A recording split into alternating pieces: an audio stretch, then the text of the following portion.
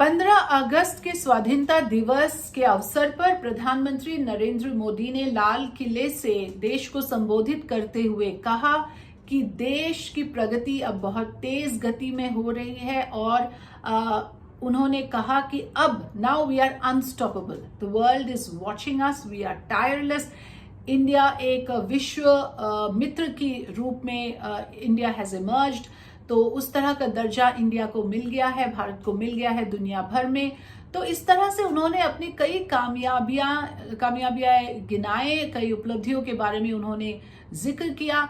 दो ऐसे मुद्दों पर उन्होंने बयान दिए जिन मुद्दों पर विपक्ष उनके खिलाफ जो दो मुद्दे उठा रहे हैं उन पर उन्होंने बयान दिया, और उन दो मुद्दों पर मैं आपका ध्यान खींचना चाहूंगी, एक मणिपुर मामले पर और दूसरा इन्फ्लेशन मामले पर। तो मणिपुर के बारे में प्रधानमंत्री ने कहा कि वहां पर अभी शांति बहाल है, लेकिन अगर आप वहां के किसी भी समुदाय के लोगों से बात करें तो आपको ये पता लगेगा कि शांति तो वहां बहुत दूर की बात है। लोग सिर्फ अपने जान बचाए हुए रेफ्यूजी कैंप में रह रहे हैं। उनके लिए यही बहुत बड़ी बात है कि उनके सिर के ऊपर एक छत है, उनके पांव के नीचे एक जमीन है। उस तरह के डर में, घुटन में रहने को क्या आप शांति में रहना कहोगे? उस तरह की स्थिति को क्या आप पीस कहोगे?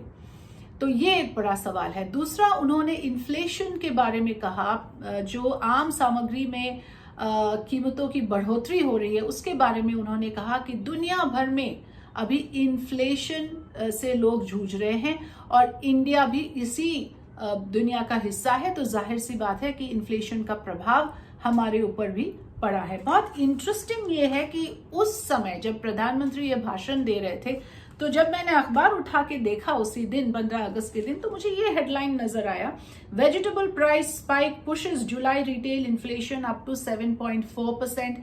दूसरे अखबार में भी यही हेडलाइन था, रिटेल इन्फ्लेशन स्वेल्स टू 7.44%।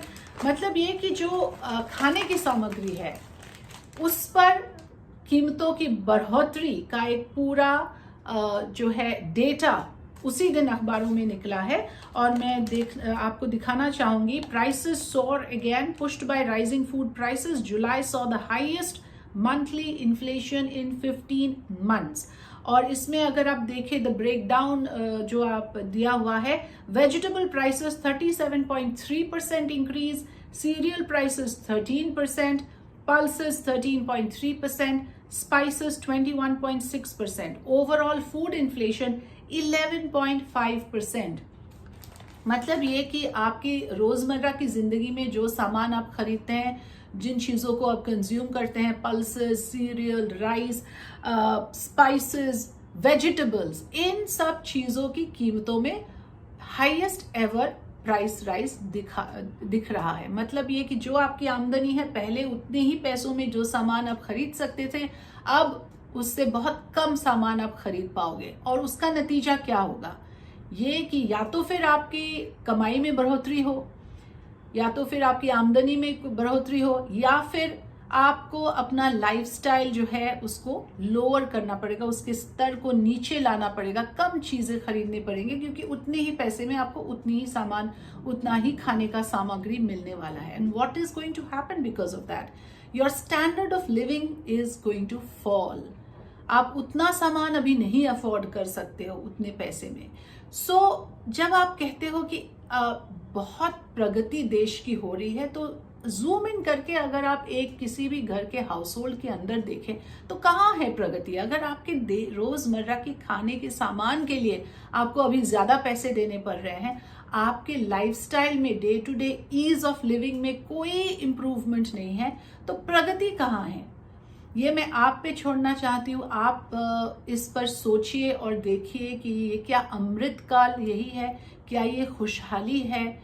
क्या ये अच्छे दिन है जब आपको वेजिटेबल के लिए, टमाटर के लिए, प्याज के लिए उतने पैसे देने पड़ रहे हैं जो आप कभी सोच भी नहीं सकते थे पहले। सत्य हिंदी का ऐप डाउनलोड करें गूगल प्ले स्टोर पर।